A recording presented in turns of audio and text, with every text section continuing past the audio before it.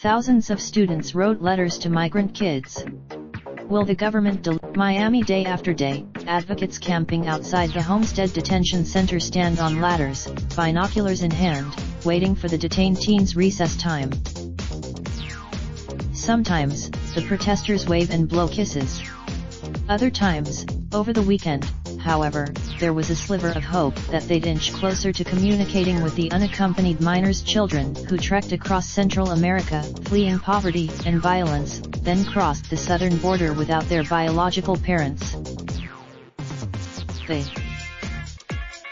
Within minutes, security guards confiscated the ball, an indication that the national effort to deliver nearly 3,000 letters to the Homestead Shelter, a facility that's been shrouded in secrecy since its inception in 2016, is part of a broader campaign calling on the Departments of Health and Human Services (HHS) and the Office of Refugee Resettlement (OR) to close the detention center and stop using emergency influx facilities.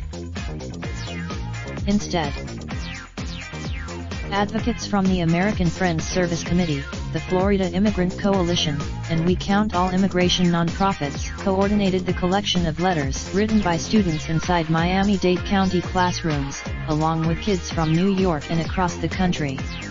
Leaders plan to achieve that prediction turned out to be correct. The letters were rejected. About 100 people showed up to deliver the letters. Visiting children, the guards ignored them and stood with their arms crossed. They said they would call. Since its opening in 2016, the facility has been shrouded in secrecy and cloaked in controversy. Lawmakers scorned. When the Miami Herald took a tour, reporters weren't allowed to take photos, bring in recording devices, or speak to children.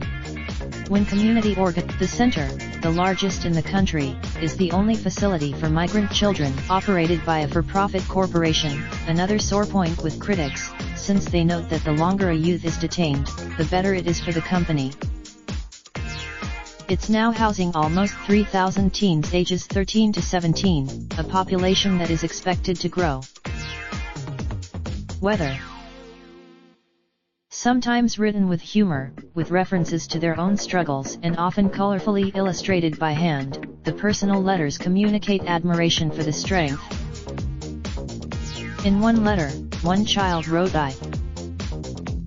Detention. Kristen Kump, Director of Human Migration and Mobility for AFSC, told the Miami Herald that children. Advocates are also hoping that the national exposure of Homestead would propel Congress to pass the Families Not Facilities Act, as well as the Shut Down Child Prison Camps Act. Visit Miami Herald at Raindrop, drop top smoking, no cooking the hot pot. Fucking on your bitch, yeah, that. Looking up, open the park pot.